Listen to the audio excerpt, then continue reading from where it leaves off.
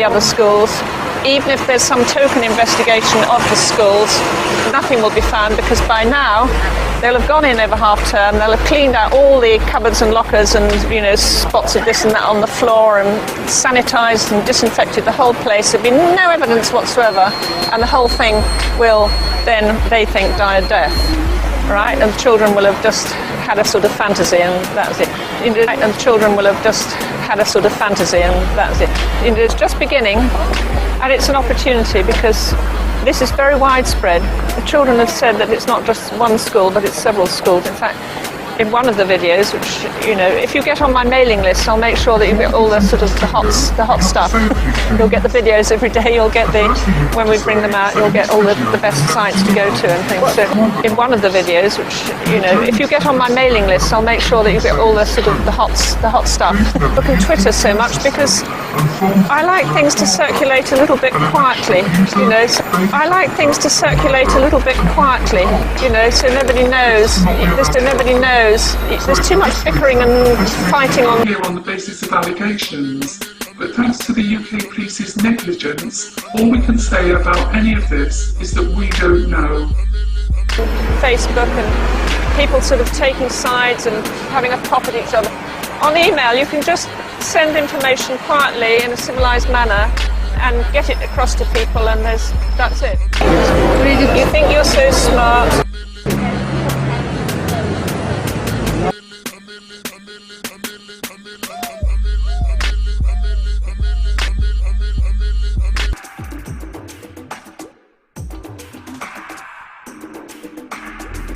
But whether she does the right thing, or in certain people's books the wrong thing, it's going to be difficult for her either way. If she does the right thing by the people, the public, the children, all the people affected by this, all the children who are the victims of this case, and we do believe there are many victims, and they haven't been rescued from the situations that they're in. If she does the best she can for them, then obviously she's going to get into trouble with certain shadowy people ranged around her in these places and in higher places. Then obviously she's going to get into trouble with certain shadowy people ranged around her in these places and in higher places. And so it's difficult for her. And yet we haven't had a single syllable fed back to us. You know, when I say we, I'm still, in my mind, representing the mother. Yeah. Whether or not formally I'm representing her, you know, I'm concerned about her and I'm concerned about the children. I'm still, in my mind, representing the mother. Yeah. Whether or not formally I'm representing her, you know, I'm concerned. Yeah. So, of course, we need to know what's being said, which could be in their interest and could not be in their interest. And what about the Russian embassy? I thought the Russian embassy was involved. Went in last week with the grandparents when it was the turn of the grandparents to give their witness evidence. The Russian embassy went in. Yeah. And again, I should be trying to check up that they, you know, by last time I saw him, I said, please try and get in there on Thursday the 12th. Yeah. Because obviously that's when she will deliver her verdict. So they haven't managed to sort out any legal representation either? Well, it's all sorts of difficulties. They're away in a very remote place. They've got no email, no Skype. They feel nervous about phoning people from where they are, because, you know, it's easy to trace locations of mobile phones. Yeah. It's under those circumstances, and they've got very little money. So under those circumstances, it's very difficult to arrange lawyers, and for them to trust the lawyers enough at that distance, not being able to meet the lawyers to do what they could to put the matters right. They were already both left the country. Police were after them. I think the police in that instance were out of order. They should have let the whole thing roll till Friday, which was according to the judge's order. So that's one more black mark notched up against the police. So it's a tricky situation then. It is. Yeah. It is. I think probably when it's all over, they probably will say something about it.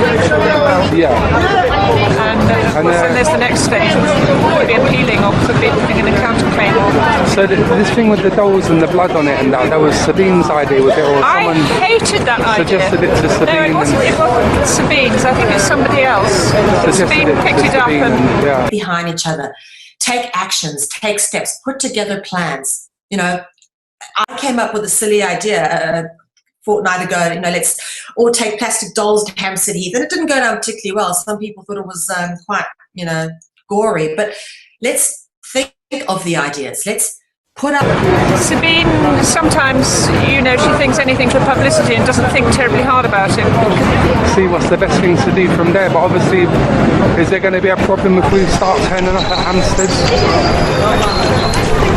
I would say we should perhaps do an action, but away from the town, Yeah. and we should wait and see how the public opinion comes out. Hi there, I'd just like to make a general inquiry really. I'm sure you're well aware it's Good Friday today, and I'm just looking for some moral guidance, please. I'm just wondering, are babies red meat or white meat? I'm just wondering what to have for tea tonight, you see, and if you've got any guidelines of what would be the best way to eat these babies, whether it be to boil them or roast them. Also, because I'm a little bit thirsty, when we drain the blood from the babies for tea later on this evening, is it better to drink the blood while it's warm? Should I heat it up or should I wait for it to cool down? If you could get back to me, please. On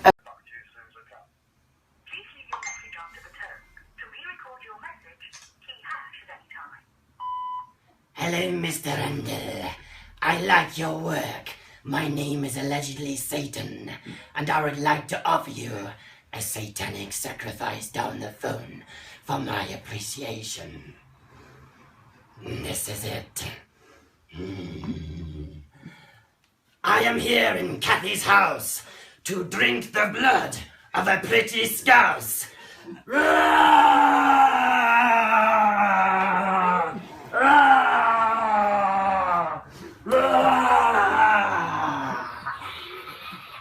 I look forward to hearing from you, Mr. Randall.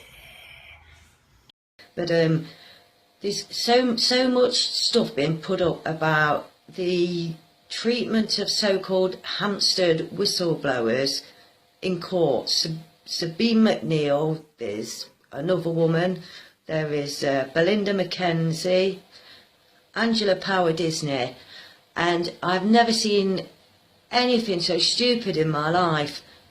But these people, the mother has made it clear, you're making my problems worse, will you leave me bloody alone? And they're just making footage after footage after footage, and it's now, the Hampstead Chronicles Part 1, Part 2, watch this, they're going to court, they've been charged with witness intimidation, but they're being harassed by the police. You shouldn't be spreading footage like that on the internet. You've been told to keep away, you've not whistle blown on anything. And some of you people, you jump me when I come out of prison. Belinda Mackenzie turned up in Nottingham and she goes, hello, I'm Belinda Mackenzie. I says, and I was with my friend, and I need to talk to you. And they tried to hijack the Beechwood thing, to try and create some sort of, I don't know, they think they're idiots that just have a laptop or a camera. They jump on anybody that is vulnerable because they you don't trust the authorities, and they act like they're guardian angels and professionals, and you know they've got all these contacts and all these police officers that give them their sources, all their information, and you know this, that, and the other, and they're just a bunch of idiots. They're not credible people. They've not got contact or anything. They like filming themselves, putting it out, and now they're trying to turn the Hampstead, what them children said, which shouldn't have been put on the internet, they're trying to turn it so it all is about them now.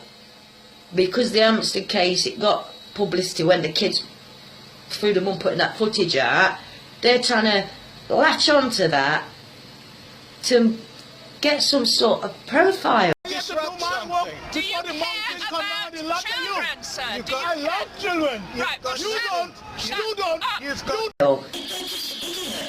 Thank you very much to people who've come along at this horrendously early hour for us. 9:30, 9:15, I think one or two of you might have been here. I was a bit late. on Thursday the 19th of March for the event at last of the conclusion of the judge's fact-finding hearing of the what one might call the Hampstead case in the Family Division of the High Court of Justice.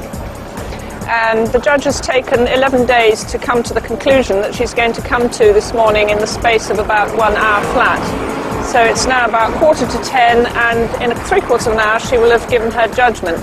It's described, I'm not quite sure where I've seen this written, but in all the welter of emails and so on last night, it was quite sure where I've seen this written, but in all the welter of emails and so on last night, it was described as a handed down judgment. She's going to deliver a handed down judgment. I don't know quite what that means, whether it means that certain parties are already privy to what she's going to say and she's already handed it down to certain parties. I don't know. I don't know quite what that means, whether it means that certain parties are already privy to what she's going to say and she's already handed it down to certain parties. I don't know. But anyway, one may assume that she's thought about it for quite some days and definitely may recognise them on the street.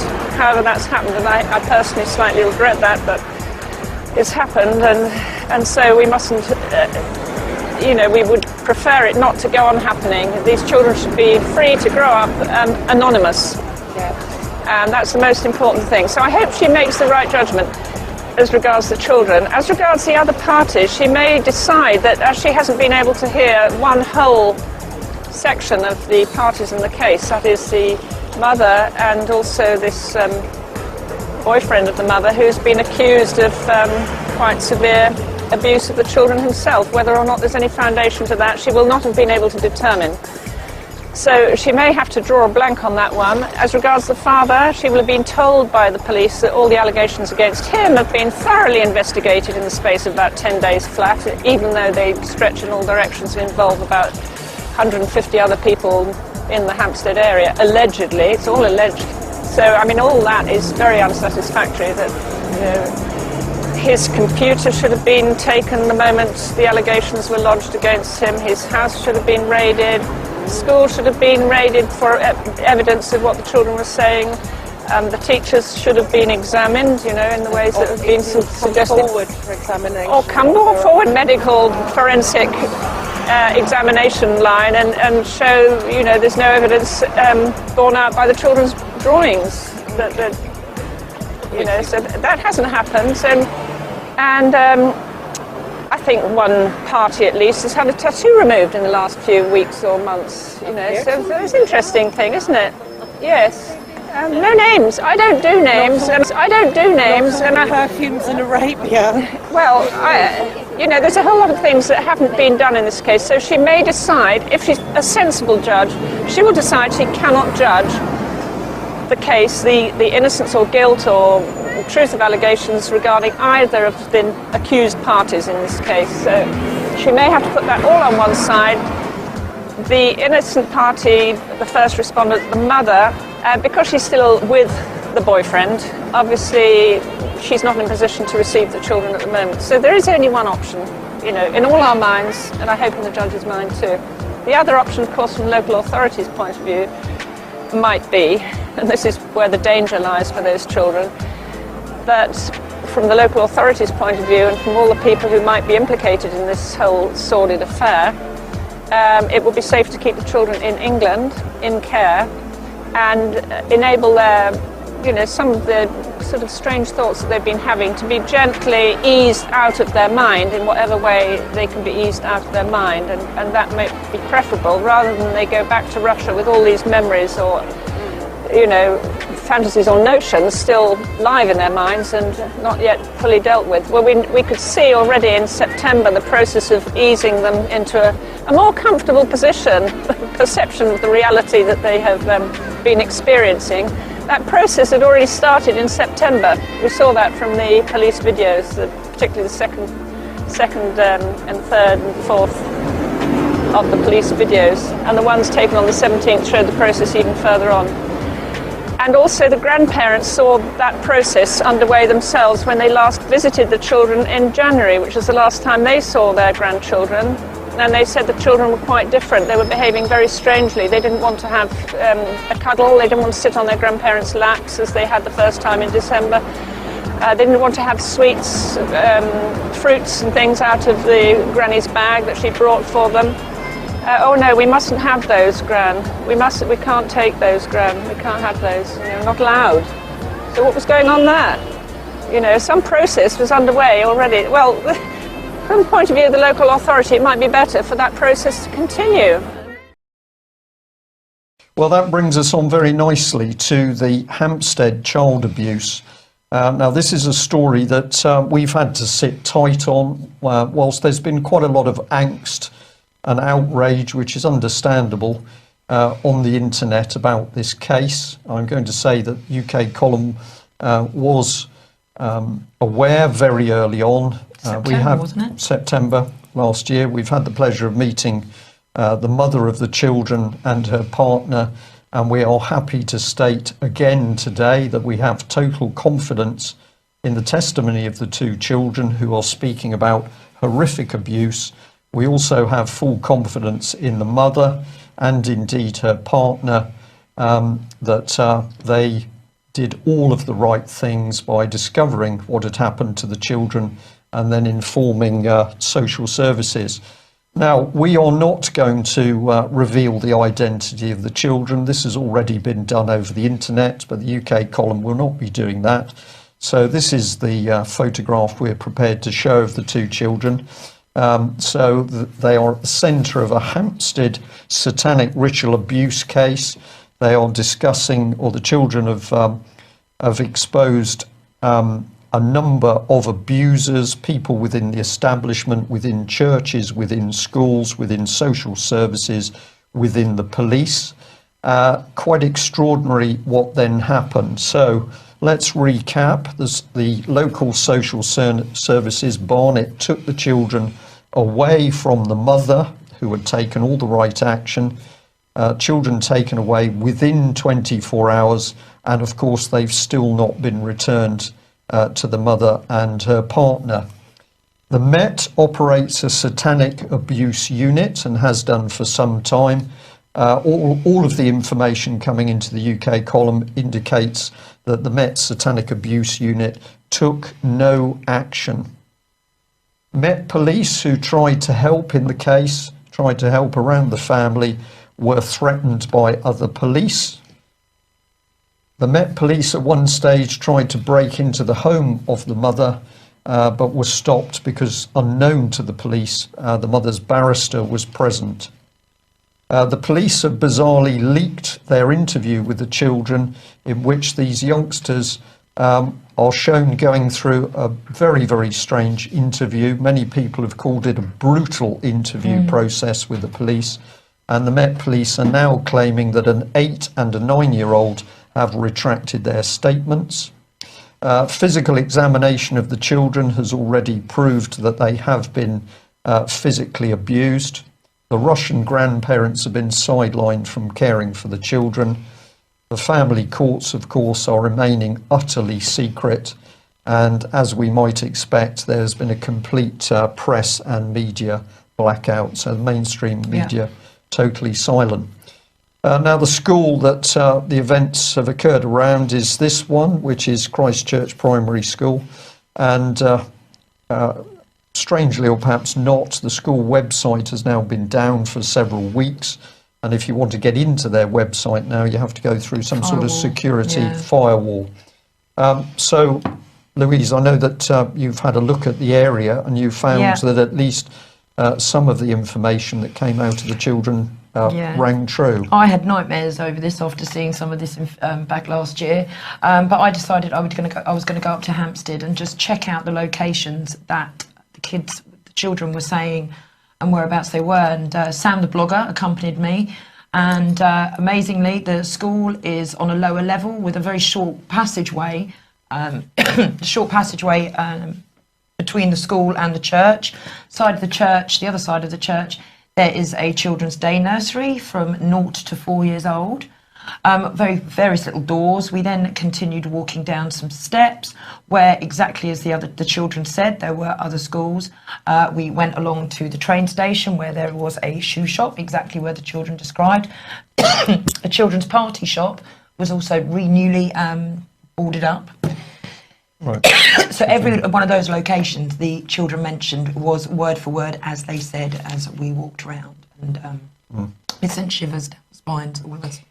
So for those people who've actually seen the video testimony of the youngsters, it is very, very detailed, very accurate. The children describe sexual practices they could not possibly know about at their age. They describe people's bodies in intimate detail.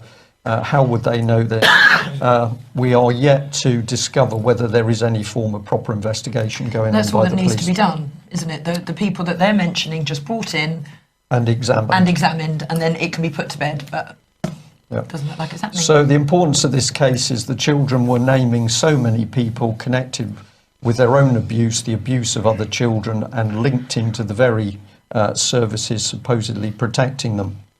Well, we're going to move south of the border, and this is one of a number of headlines which I'm going to describe as horrific. It's the Mail reporting on the abuse of the two youngsters, 8 and 9, in Hampstead, and after a series of secret family court cases, which I will just comment on separately, all of a sudden we've had a judgment by Mrs. Justice Palfrey.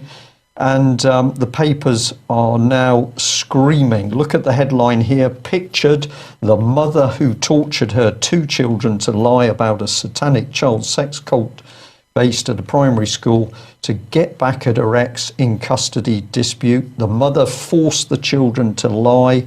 They named the children. She said the couple may have, notice the language, may have fed the children cannabis soup to gain compliance. And more than 4 million people have viewed the fantasy material online. Now, what is interesting about this case is well, I'll start off by stating that I have personally met the mother and the partner. I do not have any doubts at all about what the mother and her partner have said about the abuse of those 2 children. I'm very happy to make that statement.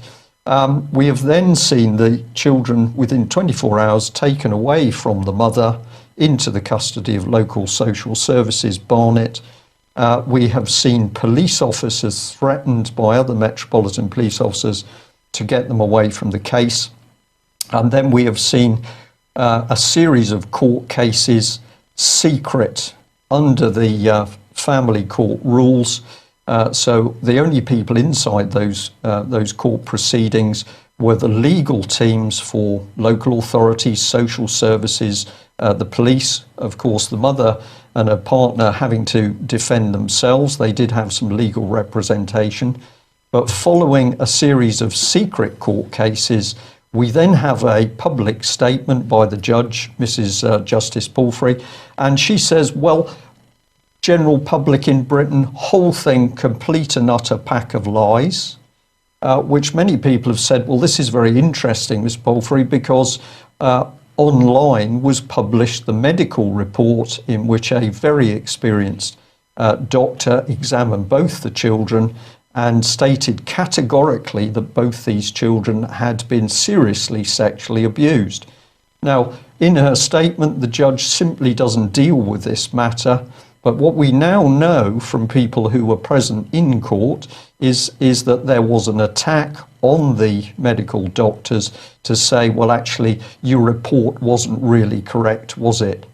So we are now in Britain, 2015, where there is a serious sexual attack on children, the whole proceedings held behind closed doors, and then one single judge releases a statement to the press, and suddenly her version, which I'm going to say is an outrageous version of the truth, is then released, and we should all believe it. And what is worse, this judge has said to the general public, if you're somebody who viewed the children giving on-camera evidence as to what has happened to them, if you're somebody in the public who's viewed it, you're actually pretty close to being a paedophile yourself, and certainly you're evil. So we have got secret courts now where people are talking about serious sexual and we've got a statement by one judge, we should believe her. What's your take? A key point that it's just a scam that's being put across. It's all in the past, and we're making procedural changes. We're not going to bring people into court to bring the full force of the law to bear on abusers. We're just going to make procedural changes. Now, in this particular case, the Hampstead case, it's very interesting that the judge is actually the same lady judge who very early on dealt with Anne and Holly Gregg, and their legal advisors were allowed into the hearing. And I can speak with authority on this because I was one of those people. Now, there was a complaint made as a result of her action that either she didn't know the law or she was attempting to pervert the course of the law. But we have this couple who I sat down and talked to for several hours, and I warned them of what would take place, and that would be there would be an inversion of the case, and they would become the targeted individuals while the state closed down. I'll just end by saying that a person who was present in this latest hearing that resulted in Mrs. Justice Palfrey's judgment said it was an extraordinary scene inside the court because there was a vast number of people representing the local authorities, as I say, CAFCAS and social services and the police. The court was full of people representing the state to the extent the atmosphere was extremely heavy and unpleasant. And the person said, I thought I was amongst the witches' coven in that court.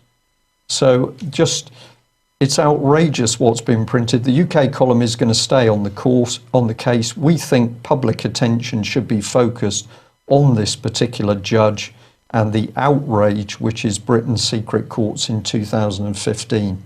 So more on that next week.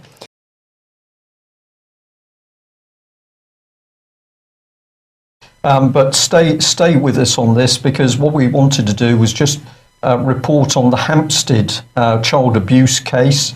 We're watching this with great interest because, of course, the UK column had the opportunity of speaking directly with the mother and her partner right at the beginning of the case. And so our foundation is a very good one, a factual meeting with the parents.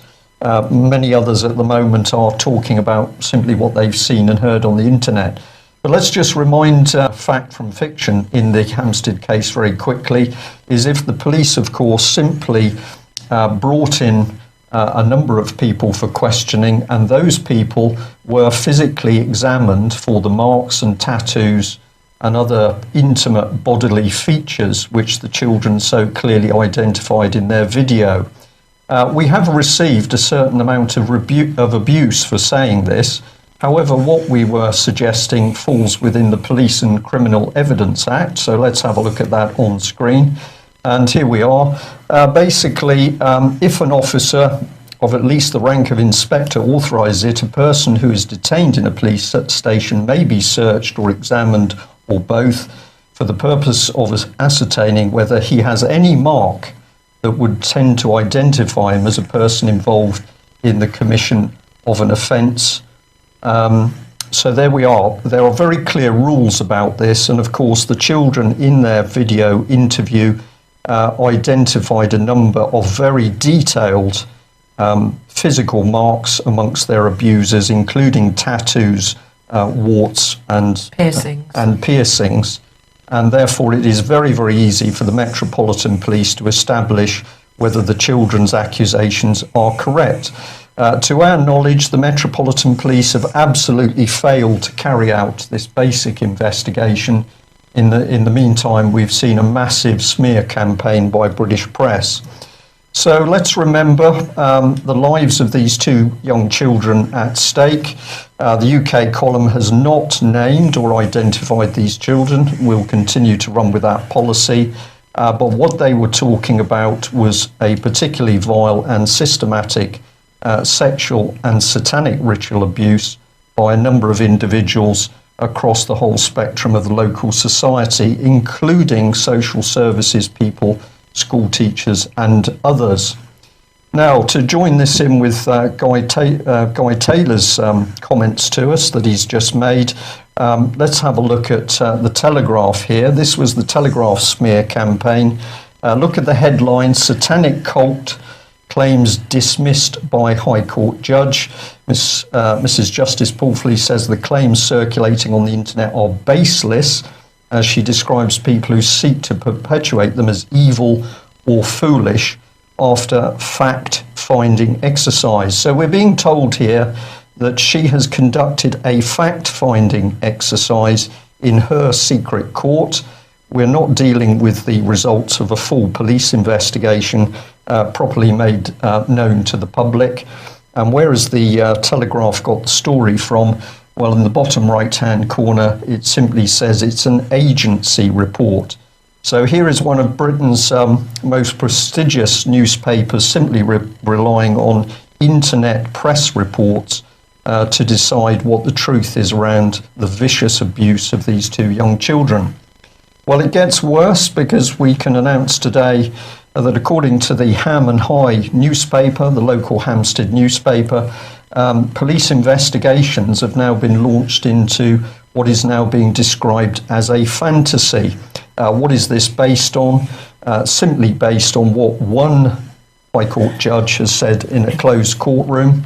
And where is this leading? Well, of course, we have inversion of the law, that the people who've tried to expose and help the children are now being hunted by the police. And we understand that one of the lead ladies wanted by the police, well, of course, the mother is the foremost one, but Sabine McNeill, who has reported has done most of the reporting over the internet, according to this article, is now wanted by the police. This is what Ham and High says. As a result of the judge's findings and the material published online, police have launched 2 investigations related to the case, one into allegations of harassment and another into the findings that the children had been tortured. The Ham and High has learnt that Mrs. Draper and Ms. Sabine McNeill, her legal supporter, are included on the wanted list. To which we say to our audience, it is remarkable that the mother and her partner, of course, did all of the right things in the beginning. They listened to what the children said, and then, horrified by what the children said, the mother and her partner approached both the police and social services for help. And here we are, weeks later, where the whole case has been inverted, so that the mother and partner are the people at fault. Meanwhile, the Met Police has simply failed to conduct any proper investigations. And if I can just bring that slide up again, I've just underlined the judge's findings because, of course, the judge has simply carried out a probe, I think is the term in her secret court. And we're going to say again, if the case is false, why were Metropolitan Police officers threatened when they tried to assist in the case? And also, why are they denying the fact that there is a satanic abuse department within inside the Met as well? That is now being said that there isn't one, but well, that's a key point, yeah. Louise. It was Metropolitan Police officers who first informed the UK column of the existence of a satanic abuse unit within the Met Police, and indeed Met Police were the people releasing that information, and now suddenly there is no such unit. Yes, I'll just say that there was some interesting information passed to me yesterday, which is effectively a networking system, which I think is called the Brain, and this is being circulated by email. So it's a computer program which enables you to plot data, link people, places, things and information together. And what appears to be happening is that just a loose group of people across the internet are now starting to work together, digging, researching about this child abuse. And I find this very interesting, and I find it exciting because, of course, if we end up with 10,000, 100,000 people all digging for information, witness statements, and indeed to meet victims of abuse, that is a very powerful search engine, and I think that that is going to turn up the type of evidence we need to bring the people you'd like to bring to book, to get them into court. So we'll follow that through and report on it. But I also know that Anonymous has been doing some very good research around the Hampstead case. Without getting into a witch hunt, because I think that's wrong, but there's some very clever film clips that have now gone up where people are being linked with others, and what that does is raises questions. You know, if I just give an example off the top of my head, if you have one person who is claiming that they're clean, but they're in a business relationship with another person who was convicted of child abuse, you have to start asking some questions. And now, her partner is a man called Martin Smith. And to start the process of getting her children, he was labelled as being a paedophile. In fact, he's been convicted of being a paedophile in Manchester Crown Court, and he's now serving time for being a paedophile. I don't think he was a paedophile. In fact, he's been convicted of being a paedophile in Manchester Crown Court, and he's now serving time for being a paedophile. I don't think he was a paedophile. Seeing more and more of this. It is just so ridiculous. It has always been Ella's request for a non-molestation order, which neither Vera Mayer, the local Barnet County Court judge, dealt with, nor Justice Bowfley. And then the fundamental question of what are the reasons for the council to hold the kids at all? There are no legal reasons, except they are witnesses of crimes, and that's too precious for them, so they need to cover it up. So can you just clarify for people this confusion about which council is doing what? Because you have Camden Council that are responsible for what goes on at the Christchurch and the 8 primary schools, and then you have Barnet Council that have basically kidnapped the children. So what are the two different strategies with those two councils as far as going forward is concerned?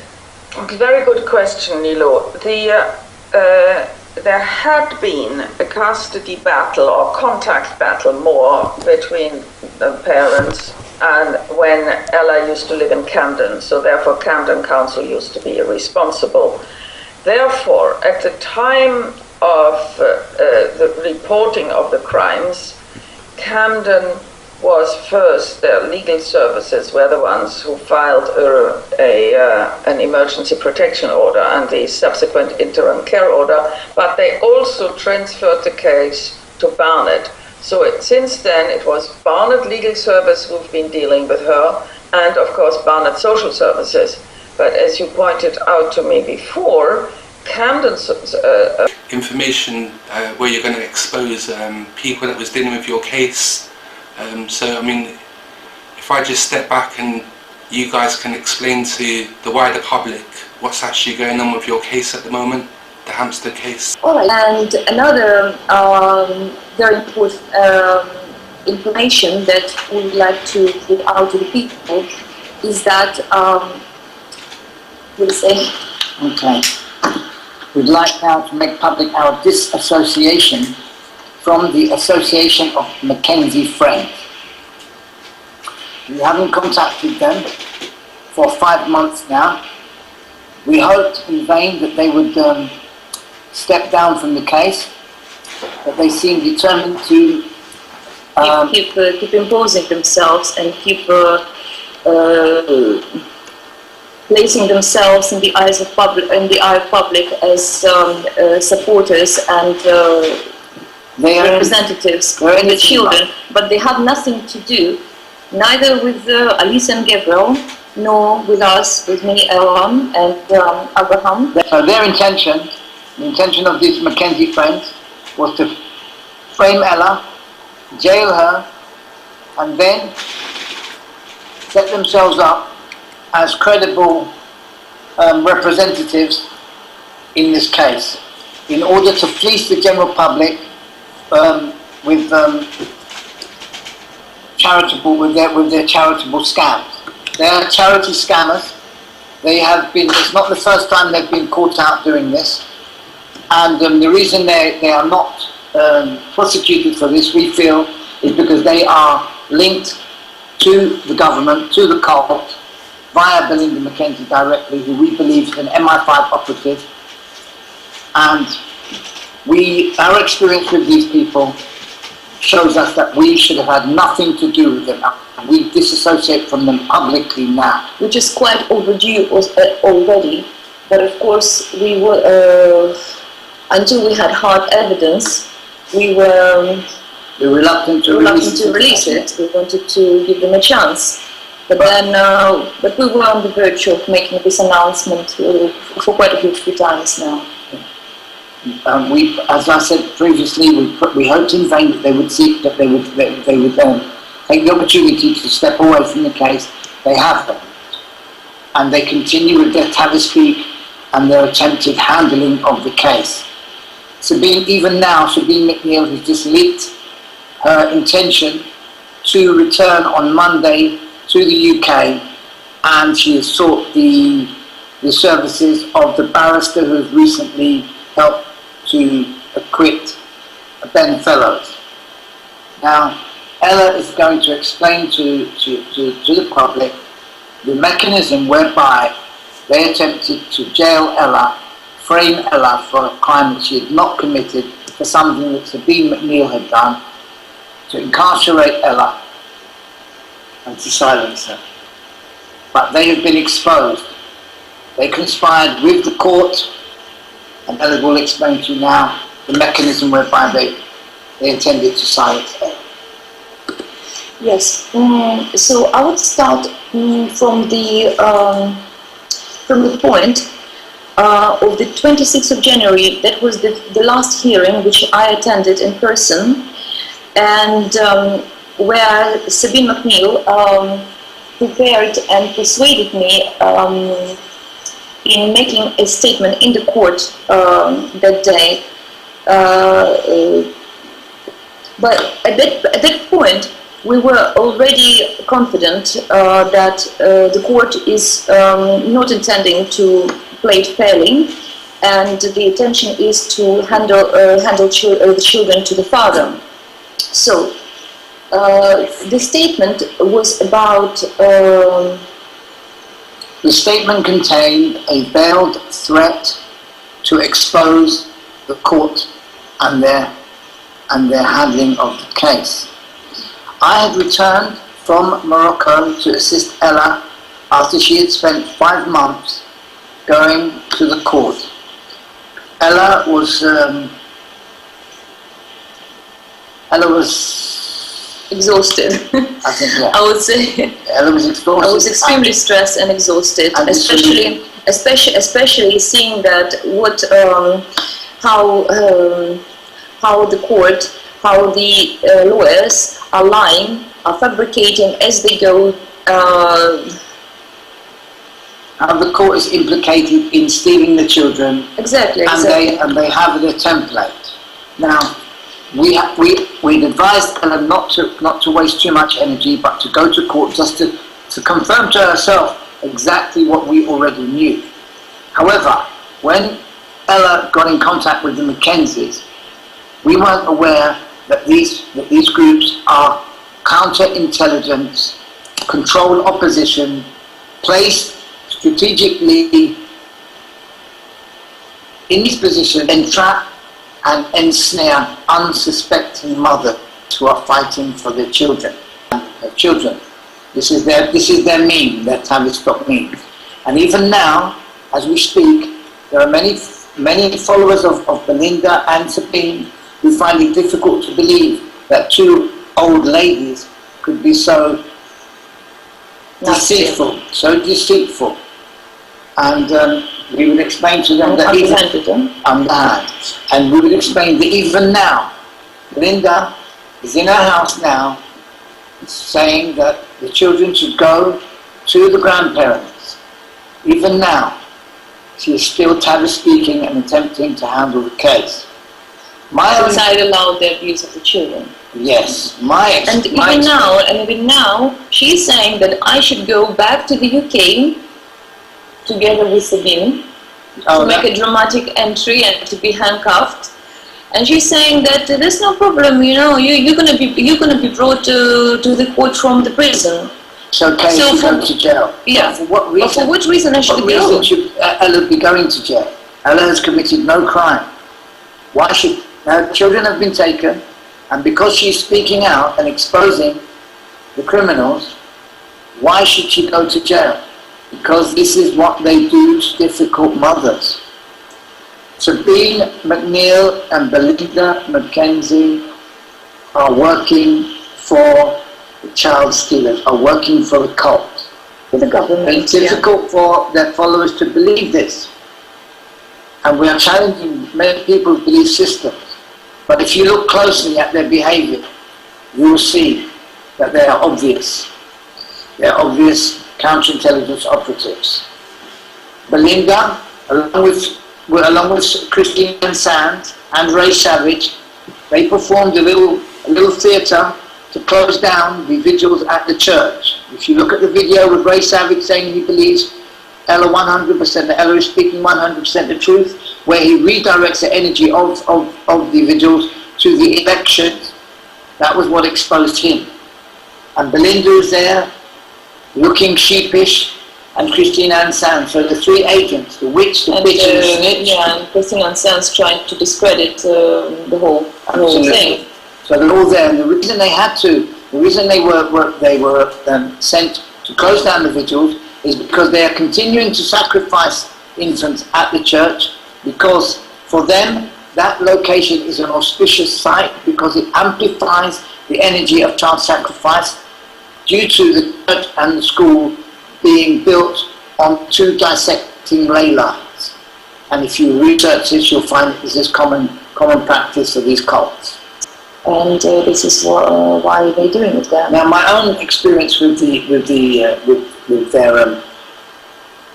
their antics was when I was in London and Ella was in Morocco, and Ella called me to ask me to accompany her parents to the Russian embassy, because Belinda had informed her that there was an offer on the table from a high-ranking police officer in regard to children. I later received a call from the barrister, a friend of Belinda, who Belinda had introduced her to, who advised me that there was an offer on the table from a high-ranking police officer. So they did Russian. From a Russian, from the high-position Russian. From someone in the Russian embassy, an official at the Russian embassy. Sorry. So they got their wires crossed there, their stories crossed there. When Ella called me and I spoke to her about it, I told her that I wasn't happy. Something didn't feel right about it. It didn't feel legitimate. Ella asked me to please go and to have a look in case, which I did. However, I later, on arrival at the Russian embassy, it was clear to me that this was another Mackenzie scam, and that Belinda had orchestrated my appearance and the parents' appearance and the barrister's appearance at the embassy, along with her Igor cameraman, her little double agent translator, Russian translator.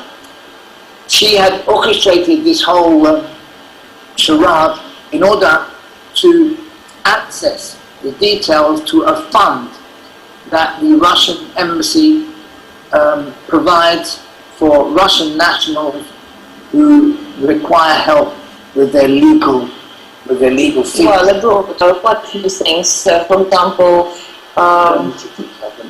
look, it's a Psyop. The Hampstead research blog and website is a psychological operation. It's a PR operation. Charlotte Ward, whatever her name is, she's a Jackie Farmer. Jackie Farmer. She's Belinda's little protege. She stayed a year or so in Belinda's house, and she's been in close contact with Belinda and serving the whole time. Yes, and we're exposing them all now. They're counterintelligence operatives. They work all of these cases, along with the likes of Brian Gerrish and Bill Maloney. Who actually Collins. Who informed the police a few days after the first interview of the children. And we believe that perhaps Brian Gerrish is also responsible for assisting them. To kidnap the children. when we arrived on September the 4th with the children from Morocco, he was the first person we contacted as we were, he was recommended to us. Actually, someone kept imposing him on us, but I would say. When he arrived, he didn't arrive until the day after the children had been kidnapped. And we spent the day together, and I was unable to give him a copy of the videos, but I managed to give him an audio, a copy of some audio of some of the videos. These audios somehow found their way into the hands of the local authority, and Ella was questioned about these audios. And I couldn't make a sense out of it because we never had audios, and but this word kept coming in during quite a few hearings, and then it's only after. Later on we realised, because when Brian spent the day with me, Brian Garish, Ella was at court for the first day of the hearings. Proceedings, yes. And so she was unaware that I had given him the audio. And so it didn't click. But it wasn't until later that we both realised that the only person who had any audios was Brian Garish. However, we decided to give him the benefit of the doubt, because we couldn't be sure what audios the local authority were referring to. And on the 11th, after children had been taken, I also emailed him this extensive file which found its way on the internet, where all the members of the cult are listed, and all these who are coming to the school for so-called sex parties on Wednesdays. So I was explaining about this email which I sent to him late night that day on the 11th. So, and because of these audios and what happened was that we were suspicious about this whole situation. Suspicious of Brian Garish. But of course we didn't want to say anything and to make our final conclusion. But what happened lately, that it's way which confirms the cover-up. But on the other side of it, the other aspect of it is that it shows that Brian Garish and Bill Maloney are also part of the control opposition. Maybe Abraham, will you explain what will happen with this? These are internal emails within the police. This is a line of emails. This is a trail of emails that leads from Ella. Well, let me give you the trail. Yeah, please do. Ella sent the email, the list of all of the cult members, the details of the tattoos, and the venues, the distinguishing marks on their pupenda, the venues where the children were being sodomized and ritually sacrificed, and lots more material. So Ella sent this file to Brian Garish. Brian Garish held on to the file for 4 days. We don't know who he sent it to. Meanwhile, however, Steve Martin received a copy of this file. He received it. By the time this email got to Steve Martin, which it actually did, he already had his own copy. So, which states, which email stated that this file had been received by the informant. So then, so what happened? Ella sent the email to Brian Garish. Brian Garish sends the email to Bill at PineMaxfield.com. Bill Maloney. Bill Maloney, he sends a file. What time does he send? Next day, I think. Next day he sends. No, 15th. That's the day that he got it on the 15th from Brian Garish. Right. Brian Garish sent it, on the 15th. Bill Maloney sent it to Nathan Numbnuts Wedger. Okay, a police informant. Nathan sends it to Paul Armstrong, a policeman. He says, I have received this disturbing email message this morning, which includes allegations of serious wrongdoing by Metropolitan Police officers. Please ensure that it is urgent action to the appropriate investigation team to deal, and call me back when you have read it. This is Paul Armstrong writing to Anne Bewley at the headquarters of the Directorate of Professional Standards, the DPS. This is a body that is supposed to be overseeing the complaint department of the police, or Metropolitan Police, as I understand. The next person to get the email is a Craig Langley, PS, from the DPS Intelligence Bureau. Eventually, he sends it to Victoria Barnes. Now, Victoria Barnes works in the SOECA unit, LIT unit, the same unit as DS Steve Martin, Freemason policeman DS Steve Martin, who is investigating the case. And she said, when she writes this piece, she said, the below email chain was received today, Steve.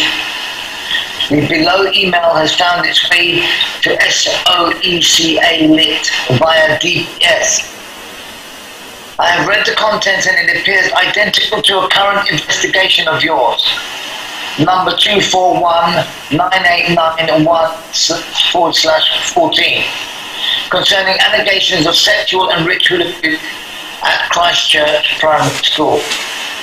The email appears to be one in means one and. The email appears to be one and the same sent by the mother to the informant, and the contents appear on your crypt. Anyway, I'll reiterate. It says the email appears to be one and the same sent by the mother to the informant, and the contents appear on your crypt.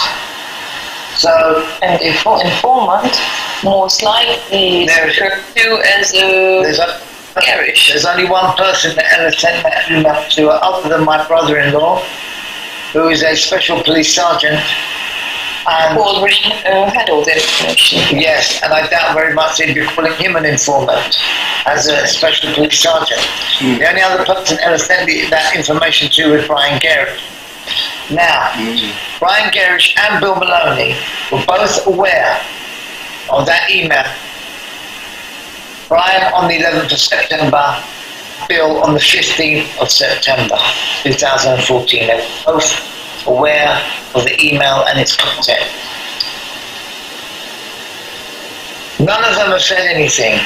The only time Brian covered the story was 6 months later, when it was in the mainstream media, when the Daily Mail and others did an attempted hatchet job on Ella and myself. And then Brian was obliged to mention the story on UK column. Now, within those emails, you want to say something? Within those emails are references to the tattoos and the drawings the children made. 2 years earlier, Bill Maloney, he was privy to an interview that the fellow Andrew, who was abused by Leon Britton, gave to newspapers. And in this interview, Andrew explained that he'd been abused by Leon Britton, and Leon Britton had a tattoo on his pubenda. And Andrew drew the tattoo. And Bill Maloney, in his telling of the story, he was perceivably stressed when he was telling the story to Lou Collins. Now, Lou Collins, she said on the day that Brian covered the story, he said that He'd been sitting on it for 6 months. She said Bill's aware of the story and he's working quietly in the background. So we were wondering what work Bill was doing in the background. And he knew about Leon Britton's too. And so when he received Alpha, he knew that this file, that this story was legit. So I want to know why Bill Maloney has said nothing about this case. Why, Bill? Why have you said nothing about the Hampstead case when you know it's legitimate, son? Eh? And you, Brian Gary, why have you said nothing when you know it's legit and you have the emails and you passed them on to Bill Maloney and whoever else you passed them to? This is the question we want to know, but we know the answer. Your shields, the pair of you, and you're being exposed now. Distract and destroy. And this seems to be their tactics, right? Their strategy. Yeah. That's how they work. They deceive, distract, and destroy. Lead you sideways. Absolutely. This is what their intention. This is their. So you don't concentrate on the main thing. Absolutely. And the main thing, as we found out, is publicity and the power of people. And of course, people power. And that's what they don't want. No. They don't want public to be involved. They would rather keep you in the courts knowing that you're going to achieve nothing. Ultimately, you will achieve nothing. And then they will anticipate and they will preempt every move that you make because they will get the information from your so-called legal advisors. Or they will be legal advisors, so-called, or legal supporters.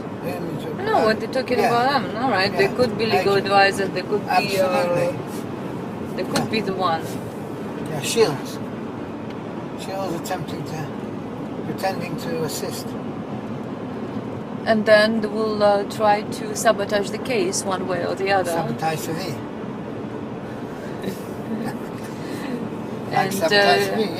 And discredit you. Yes, by publishing your documents online, which is part of one of their court material, which, in fact, they can charge you for that and send you to prison, which they did to a lot of mothers. Absolutely, or they will. Or they will throw you out of the country, or they will section you. Or threaten. Or threaten. Or threaten to publish the documents online in your name.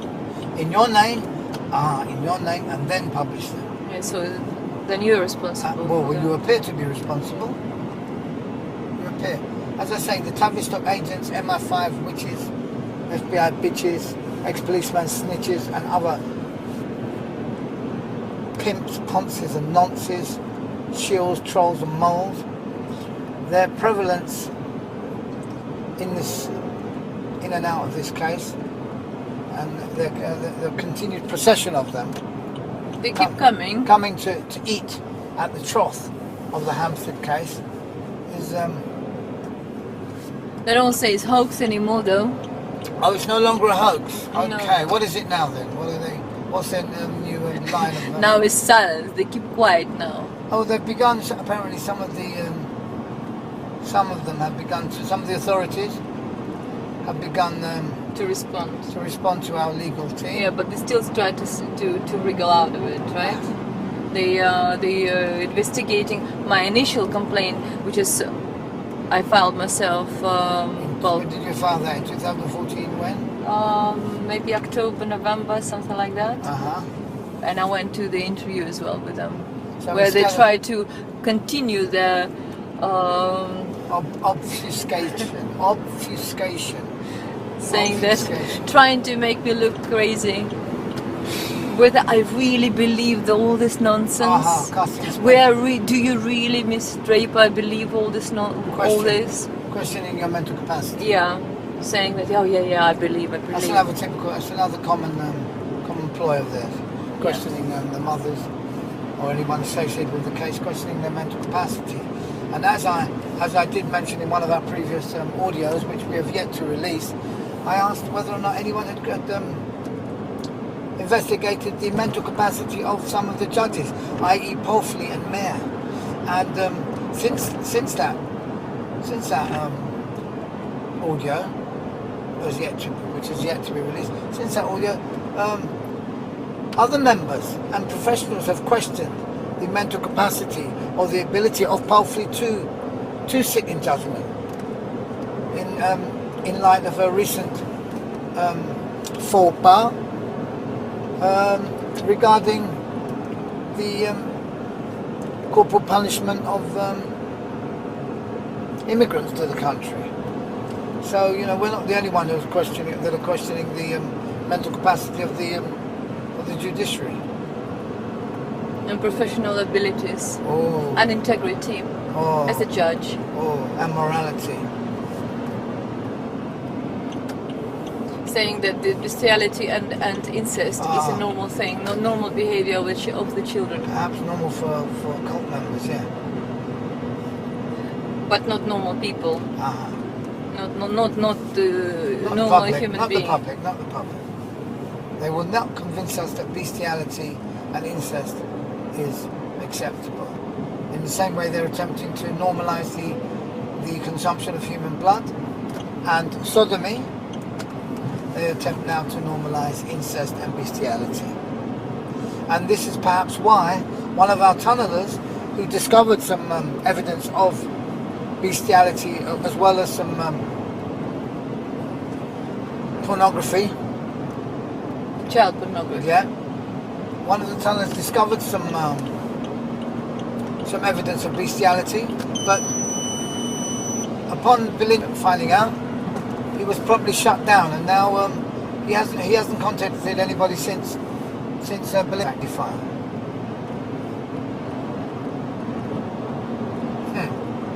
And now that we know that the consumption of blood, of the trauma, of the adrenalized blood, harvested from traumatized and raped infants. Very well put, Anna.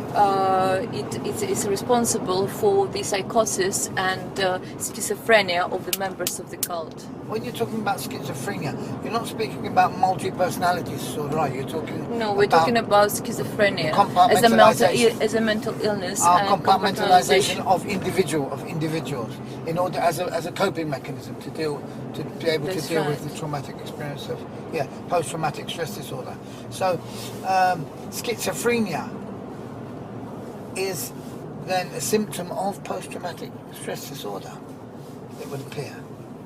Compartmentalization of experiences. But that's what also adrenochrome, the byproduct of the oxidation of the adrenaline, right? Yes. That's what caused the schizophrenia too.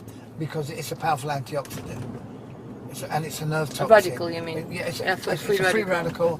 It's a powerful antioxidant, and it's a powerful free radical. Sorry, which needs mega doses of antioxidants to neutralize to treat. Yeah, and it's also a powerful psychotomimetic, which really basically it destroys your self perception.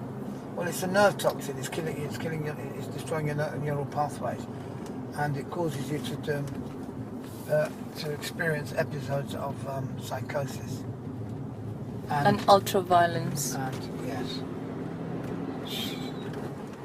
well, that's why perhaps it explains why children were always so aggressive and extremely violent after the school. Well, of course, it starts to explain. Wow. Explains everything now, doesn't it, Alan? A lot of exactly. Everything just clicks into places now.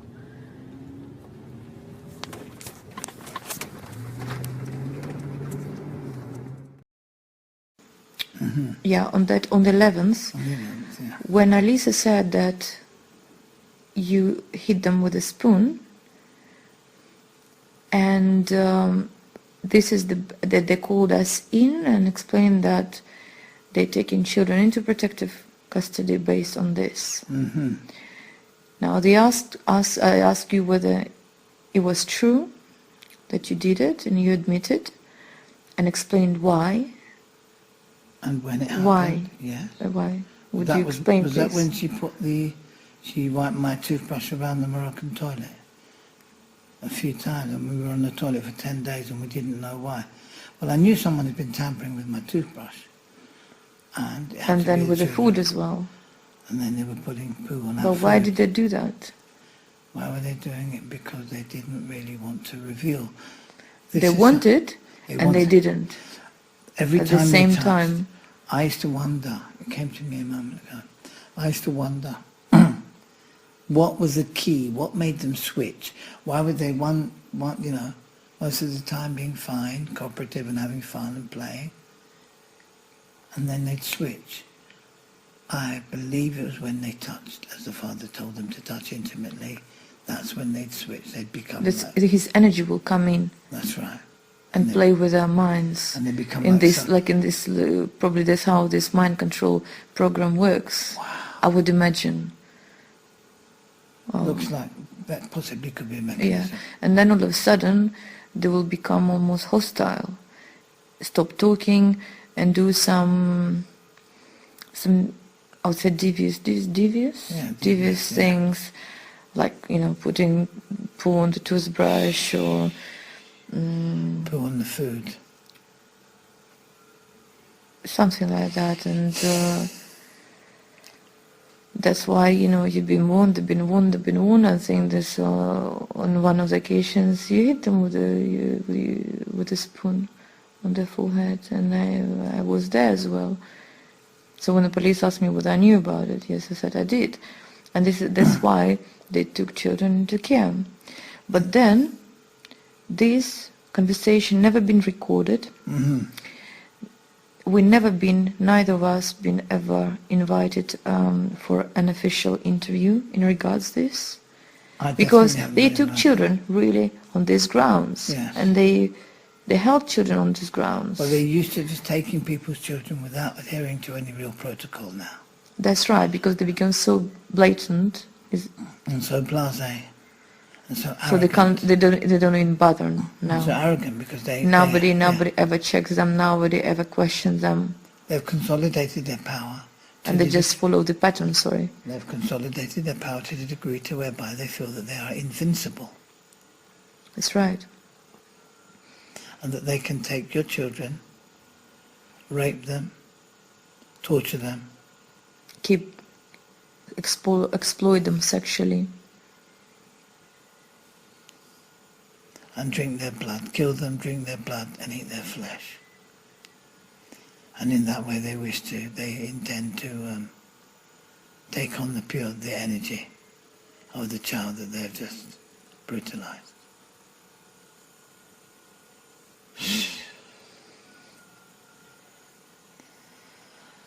Obviously,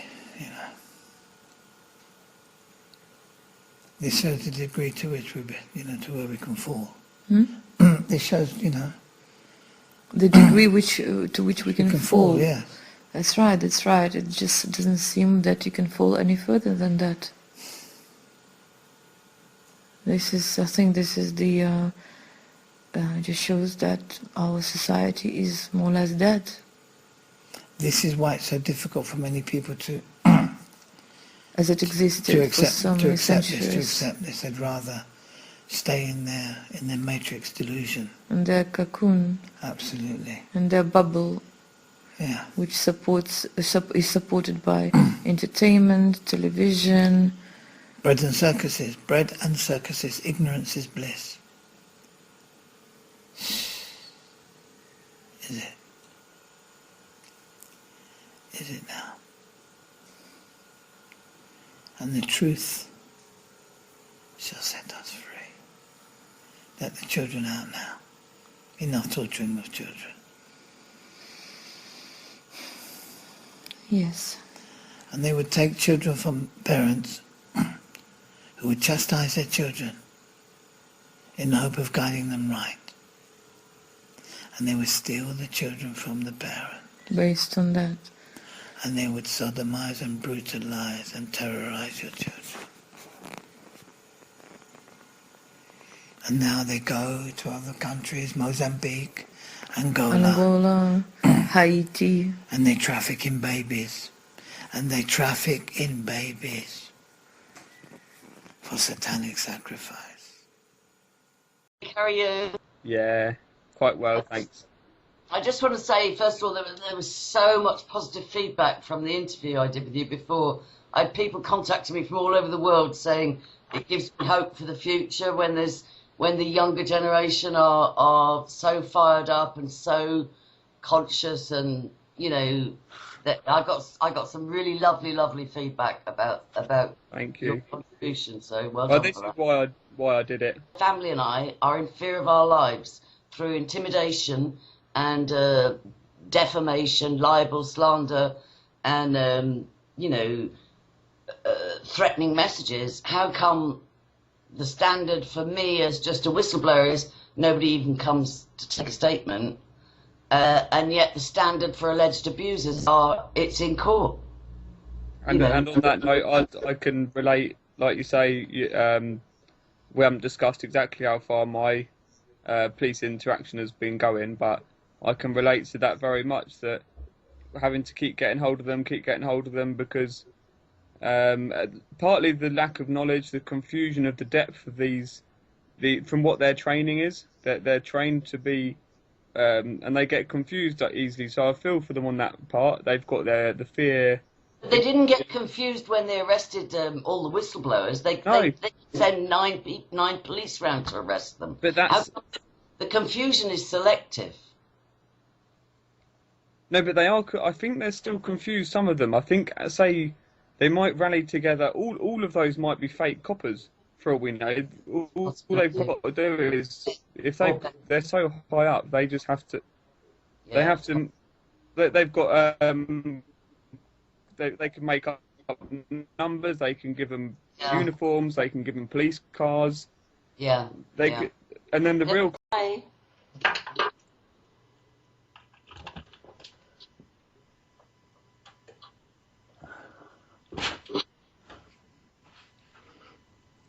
Okay, guys, so this is Hyatt Rupert, a comedian, actor, and YouTube sensation in America and globally as well. And the reason I'm doing a chat connection with you, Rupert, is because a year ago, and just recently, you put up a couple of videos kind of out of your normal genre addressing the Hampstead children issue. This is true. Yeah, I definitely did that. I'm going to post links to those in this video, and you experienced what so many of us have gone through, the most appalling trolling, and you addressed that in the video. And that's when somebody said, look, can somebody contact this guy and just see if there's anything we can fill you in with or get your hit on the situation, because it's kind of a little bit wall. The kids aren't going back to the father. The mother and boyfriend are not in the country. They're indefinitely committed to state care. Yeah. So, and also I found out today that they've been moved. I think they're on their third foster home. The first foster carer reported that the children were still disclosing. They originally disclosed, then they apparently retracted under police supervision. And then a foster carer reported that they were once again disclosing, very disturbingly. And what happened was they were moved from her. So I heard today that they're actually moved to somewhere in the Leeds area, which has upset me a bit, because their father, alleged to be in the cult, and grandmother, alleged to be in the cult, and great-grandmother, and uncle, alleged to be in the cult, all live in Sheffield. So I'm just very disturbed. The other thing that makes me concerned is that a photograph was seen of their children on an unsupervised access day with their father. So I think there's still great reason for concern, and just wondered if you could throw your weight behind it or throw some insight on it or ask questions, whatever you like. Can you tell us, first of all, a little bit about yourself? Sure. I'm Rupert. I'm a YouTube comedian and actor. I'm also an activist and avid music fan.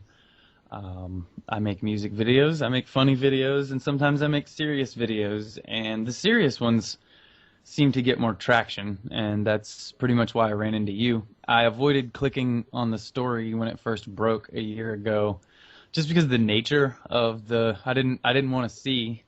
I knew if I did see, I'd be upset, and the conversation about it became so ubiquitous in my feed that I kind of had to look into it. So once I did, I felt compelled to say what I thought about it.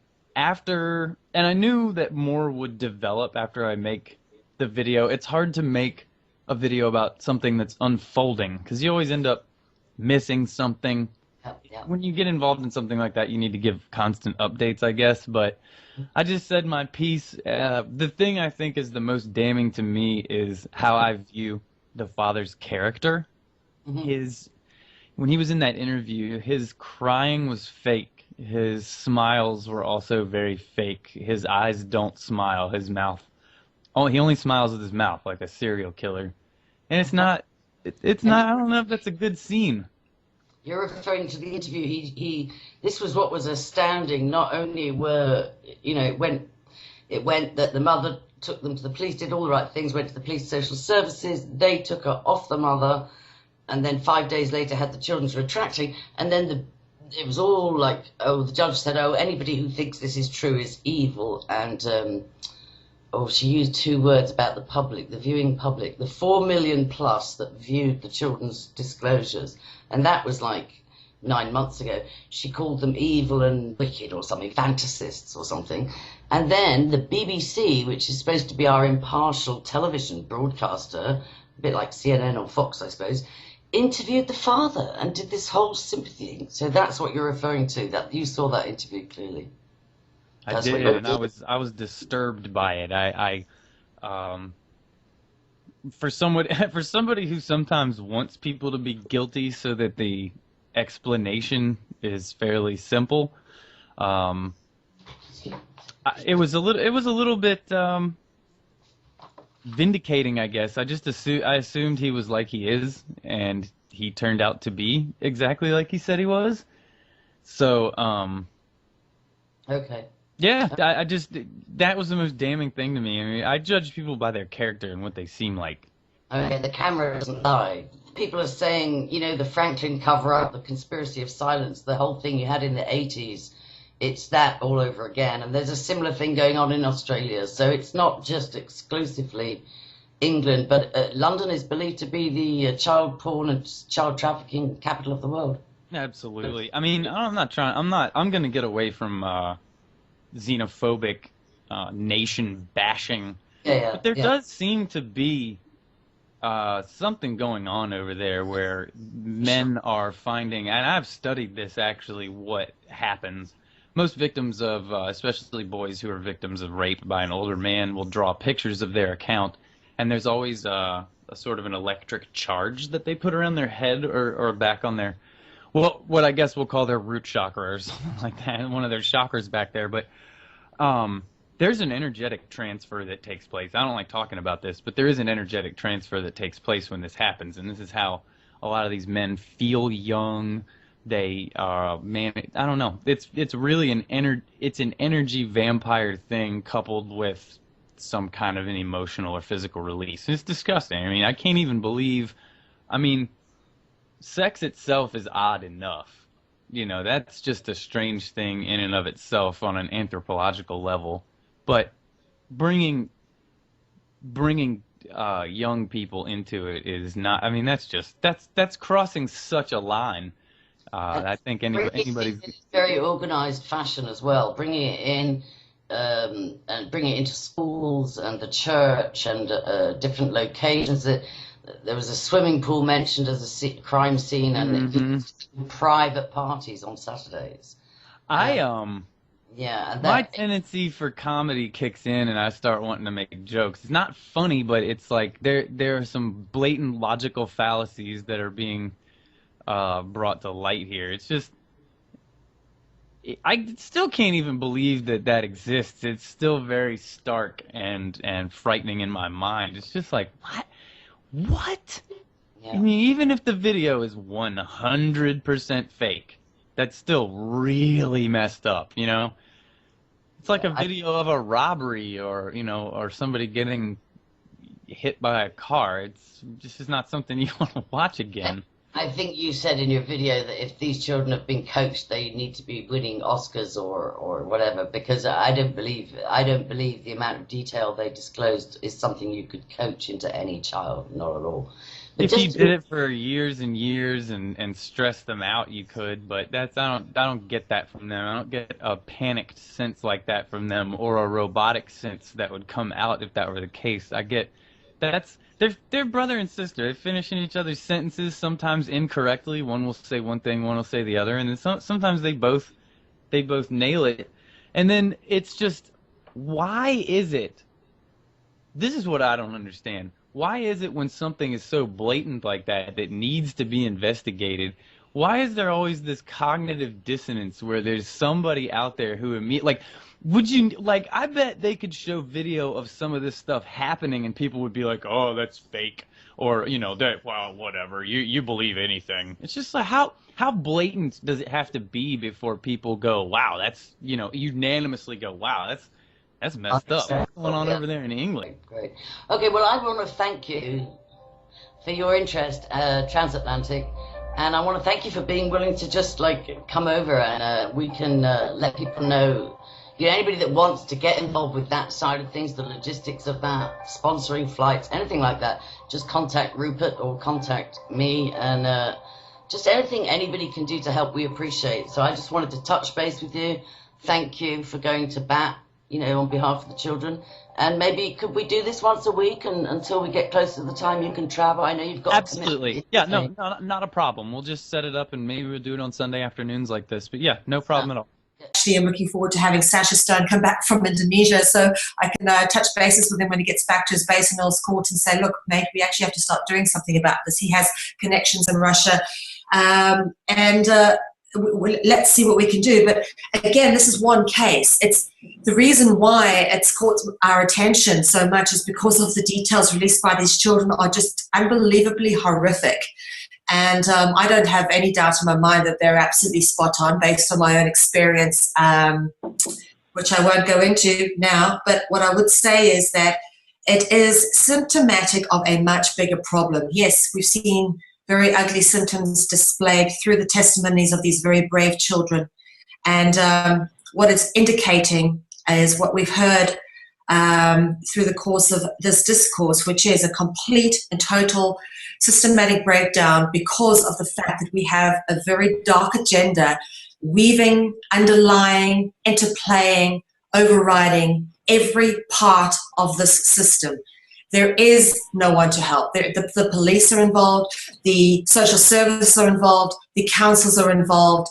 Everybody is tied up in this dark agenda, and you don't know where to turn, and you don't know which ones are on your side, which ones are actually genuinely working for you. When you think they're working for you, they actually could be working against you. And what these children have done is amazing. They've shone a bright light into a very, very dark hole, which is very deep. In fact, so far deep that most of us probably don't even know where it ends, or if there is an end to it, or if we can, in fact, end it. But I tell you what, many of us have already ventured down there, myself and Sabine, very far down the rabbit hole, a lot of other people too. And there's no turning back, whether it be this case or any other case that comes along. I think that there is just such momentum now that it's going to be interesting to see how things play out in the very near future. How long is humanity going to sit by and watch their children get institutionally raped and sodomized by the very people they give unquestionable faith to, the teachers, the governments, the churches? How long are we going to be cognitive dissonance junkies and allow this to be done to our children? What kind of future do we hope, what kind of planet could they possibly hope to inherit if this is going on? Cognitive dissonant junkies, yes. That's what it is. I can't believe it. What's this? All right, and get ready for this now. This David Shurter, he's worked with Charlotte in the past, okay? Right. He slipped into us, this David Shurter cat. Now, he's got too many CIA links. Then he tries to slip this other CIA cat into us. What was that fella's name? Doug what? Doug Miller. Doug Miller's tried to slip another CIA cat into us. Right. We already did a little interview with So, you still there? Yeah, I'm listening. So what happened now? We bust a little interview with that Steve cat. We weren't impressed with it because, you know, it wasn't a great interview. All publicity is good publicity regarding the children's plight. Yeah. Okay. What happened? Then next thing you know, David Shurter, he's contacting us, organising interviews with this body and that body, trying to get us to talk to Brian Garish. Well, to me, we feel that they're attempting, that they've begun another offensive, slippery offensive. Yeah. Now this guy, Ed Opperman, all during. So we decided, of course, we'd do the interview. We'd give him a chance. We told him that we were reluctant, and we were a bit reticent, and we're concerned. Yeah. But we didn't call out, we didn't call him straight out and say, hey, we suspect you're an agent. No. You know. So we attempted to be a bit tactful about it and let him, his use. Hello? Yeah, blessed. We described it as a form of collective schizophrenia. Yeah. A mass schizophrenia.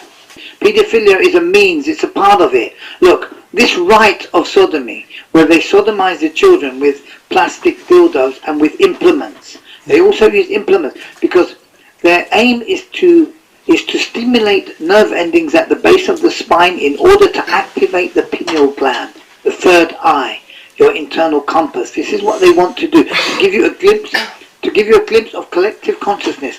And what happens, you get a glimpse of cosmic, and this is how they bind and control their victims, to their mind control slaves to them. This is the rite of sodomy. This is why Aleister Crowley is so venerated, because he popularized and disseminated the information regarding the rite of sodomy. And this guy have come to prevent from happening. Yeah. They've come to prevent it from getting out into the American mainstream. People are coming to this now. The Americans want this. Once this hits one radio station in America, it's going to blab.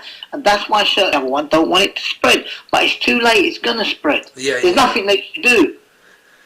So it's just people power. What? Just looking for people power. That's all I deal with, man. People power. Yeah. Well, let's hope it works. Let's hope it works, and within a good time we can see some progress in it. Hope is not a strategy. Hope is not a strategy. Yeah, no. I'm just saying, let's see what happens. But the main thing I'm trying to explain to you is this, and I'm getting a little carried away now because I'm writing stuff. Yeah. The main thing that I'm attempting to explain to you is that Satanism, sexual abuse, the rite of sodomy, where they stimulate the nerve endings at the base of the spine of the child, all of these things are all part of the trauma-based mind control programs. The paedophilia is part of the program. Of course, you're going to find guys who just want the paedophilia. You're going to find guys who are just into the Satanism. Yeah? Yeah. But all of these facets, all of these aspects, all of these parts of the puzzle are merely parts of the puzzle. Plain and simple. Of course they're pedophiles, and we don't like pedophiles, right? But what I'm saying to you is that many of these pedophiles are victims of the trauma-based mind control themselves. Also, a very important aspect is that it's going on not only in the school, because nobody knew it was going on in the schools to this degree. It's not going on with all the children. They only choose specific children, and I believe these children are either Freemasons from Freemason families, or they're connected in some other way. So they're either from Freemason families or Jesuits or whatever. So they're connected. So they are invited to take part in the program. So it's only a certain special group. Because not all the children in the school are going to be from Freemasonic families. So they invite specific children, 20 special families in this school, to take part in the trauma-based mind control program. But the problem is this: it's not just going on in schools. But what I'm going to say to you is this: the mass mind control, where they get us on the television, because Tavistock, that's what it does. It's the Ministry of Propaganda. So that's what they do. They're mind controlling all. What to wear, what to believe. The Beatles is a mind control. Is a Tavistock. Psyop, it's all psyops, right? But the thing is, it's not only mass mind control. What I'm talking about individual mind control programs like the children were in. This is Monarch. Look, bruv, this is from Project Paperclip. This is from 1921 and before. There is an ancient lyrics from the Egyptian Book of the Dead. That's what I'm writing. But what it is that the individual mind control. Now we've got them. Now we sussed them out. Now, yeah, on the trauma-based mind control, doing it in schools, in hospitals, and the military, because they wanted to distract us from the schools, taking us to the military bases, and that reminded me of what was going on in the military bases. I've got to rewrite all of our stuff, because all of our stuff that we wrote before was all about satanic and this and all of that. And now what we have to do is explain to the people that the satanic, the drugs, the hypnotism, and all these other aspects, these are merely aspects. These are really the means to the trauma-based mind control end, and they're also used to confuse and to create non-credible disclosure, because a lot of this stuff, they use it to make it all, to confuse it and to confuse the children then. You see what I mean? So when the children do tell someone, it's all like satanic and blood drinking and all that, and no one don't really work out this state-sponsored trauma-based mind control. I hear you, bro. You see what I mean? That's why it's taken us so long to work the buggers out. But at least we know what it's all about now. It's what it's all about. You see, you don't want to get that the main thing that we're dealing with is state-sponsored trauma-based mind control program. This is what it's all about. Creating mind control sex slaves, or whatever slaves, killer slaves, assassins, whatever. The sex, the paedophilia, is just a side thing to distract, to let the nonsense. That's why they locked up Rolf Harris. That's why they locked up the other mug. What's his name? The geezer. What's his name? Is it Max Clifford? Max Clifford. That's why they lock up Clifford, lock up Rolf Harris, and lock up 1 and 2 idiots just to take the heat off everything. But nothing, Rasta. They're not the problem. They're just little nonsense who want a little boy or a little girl to grind. That's all they're on, right? Yeah, they've been brainwashed, and they've been Tavish spun to want that. They've been brainwashed they've been mind controlled to want that. Can you dig it? I hear what you're saying, bro. Yeah, we have to keep them both together, innit? We can't just say we're gonna drop that now and this is the main topic, you know? No. Listen, no, it's not a question of dropping it. No. It's a question of realizing that the rite of sodomy, where they grind the picnic in the bottom. Well, you got to realize, Rasta, I'm not trying to separate nothing. No. What I'm doing is putting things in their rightful place. Right. And what I'm going to explain to you now, what I'm explaining is that the rite of sodomy. Hello? Yeah. I got this locked in my brain. Yeah. The rite of sodomy, popularized by Aleister Crowley. Yeah, whereby they stimulate the nerve endings at the base of the spine of young children. What it does, it activates their pineal gland, their third eye, giving them glimpses of cosmic consciousness. You know, like they get a glimpse of Jaja, they get a glimpse of the Almighty, they get a glimpse of their divine, of their divinity. Yeah. So every time they're stimulating, they're touching, because he uses implements as well. Sometimes he don't even grind them. He just gets these things that he's got. He carries around his back, and he sticks it in his son's arsehole, and he touches the nerve endings at the base of the spine. Yeah, right. Because they're stimulating nerves at the base of your spine. So this is a pretty how can I say very helpful distinction for people who are coming to this, and with all the confusion, you know, because as I say, the satanic element and the occult elements, sacrifice, the blood drinking, and the cannibalism, you know, we feel that a lot of this is merely to obfuscate, to muddy the waters, and to confuse people, and to hide the fact that the ultimate end is the creation of trauma-based mind control slaves, right? For the establishment and the maintenance of the new world order. What I'm saying is that, you know, this is the end. This is the end goal, right? Yeah. The paedophilia and all the other thing, they're not too bothered. But now you know why they cover. Look, this is why they're covering up the Hampstead case so heavily, and this is why the Hampstead case has got a vibe around it like this, because this is the This is their end goal, as it were. This is their intention. Their intention is to create the mind control slaves. And if everyone's talking about Satanism and this and paedophilia, they don't mind. They're happy.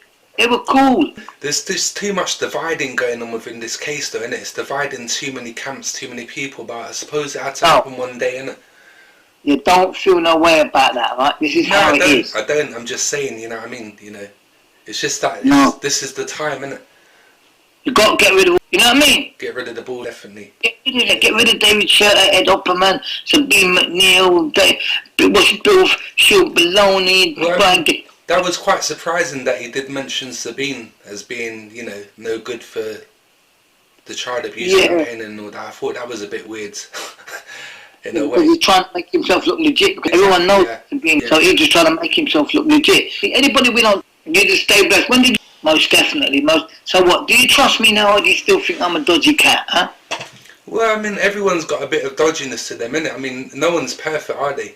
You know what I mean? Good doubt. David Shirter don't trust me. At the end of the day, it's like, you know, you got close people by you got family that let you down, say the wrong thing and all that. So, you know, when it comes to trust, it's like, I don't trust a lot of people. Either, you know, you still talk to them and you're with them and all that, innit? It's just you have them little moments and it's whether you can overcome them, innit? Yeah, but sometimes better don't talk to them. I've got one that I don't talk to, you know what I mean? It's better off that way, you know? Yeah, well, I do that as well, innit? Yeah, that's it, definitely. You know what I mean? I do that as well. But obviously the children, they need a voice, innit? You know what I mean? And I didn't want it just to be Hampstead Research and Belinda. I didn't think that was a good enough voice, especially when she didn't want to go to Hampstead and all that, you know? So that's the reason why I've stuck around, and obviously I've been in contact with you, so it was just to, you know, keep an eye on what's going on and who's actually going to be the voice, you know. Are they, you know, good enough for the job? Not saying that I'm good enough for the job, obviously I'm not, I'm new to this, but, you know, it needed someone that's already in the game or whatever, you know, and it could have been these two, but obviously it's not them because they've got a different agenda.